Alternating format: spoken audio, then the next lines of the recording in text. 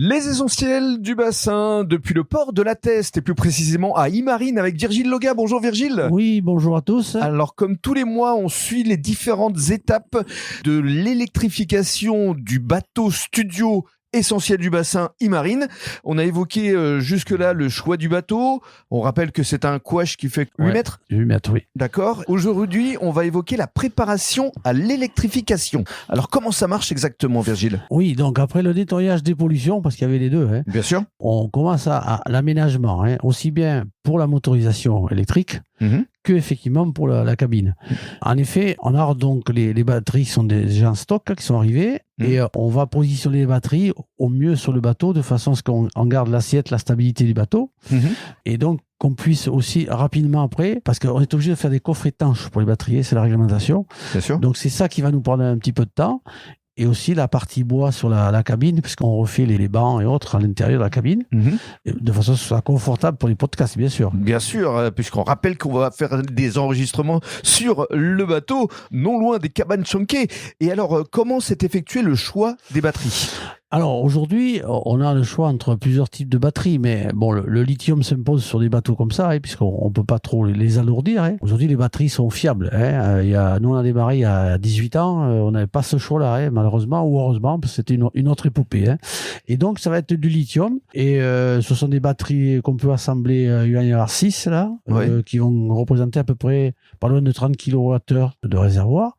Et le moteur, lui, il fera presque 20 kW, ça va faire donc à peu près l'équivalent de 45-50 chevaux, quoi. D'accord. Voilà. Et l'autonomie, de combien à peu près ?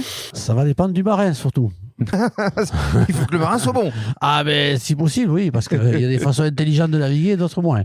Non, mais en fait, on peut partir pour la journée tranquillement, éventuellement même faire 2 journées sans recharger. D'accord. Il y a toujours de la réserve. Mais effectivement, on ne part pas à 6 heures du matin pour naviguer jusqu'à 22 heures ici. Donc, c'est... Ça dépend aussi des marées. Bien sûr, puisque la marée est un élément important à prendre en compte ici, puisque ça nous fait économiser une partie de l'énergie aussi. Comment préparer la cabine ? Alors, la cabine, bien sûr, j'ai mon idée, mais après, il faut que je vous la soumette. Alors, plutôt que de faire des plans et de faire travailler l'intelligence artificielle, on va faire travailler l'intelligence du groupe. Ça sera mieux. Position des sièges, la hauteur des emplacements et autres.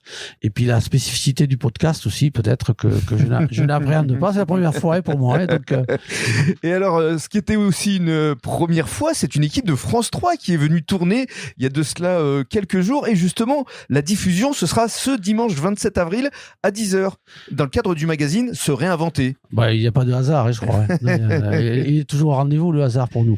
C'est vrai que ça a été une découverte pour moi aussi, parce que France 3... Oui, parce qu'ils sont venus en nombre, ils étaient combien ? Non, mais ils étaient une bonne dizaine, en tout. Ouais. Et l'équipe de choc, j'ai découvert... Très professionnel, avec le drone, donc de belles images en perspective. Alors j'attends le résultat, à voir s'ils ont gardé le meilleur de ce que j'ai dit. De la même façon, vous avez évoqué le refit, c'est-à-dire le passage du thermique à l'électrique. Exactement, puisque l'éco-navigation et le refit, à mon avis, ça va ensemble, puisque c'est l'avenir. C'est le même état d'esprit, c'est la même démarche. Donc je pense que ça donnera peut-être envie à d'autres de franchir le pas. C'est le but. Voilà. Merci beaucoup, Virgile. Allez, je vous en prie. Au mois prochain. Oui, au revoir.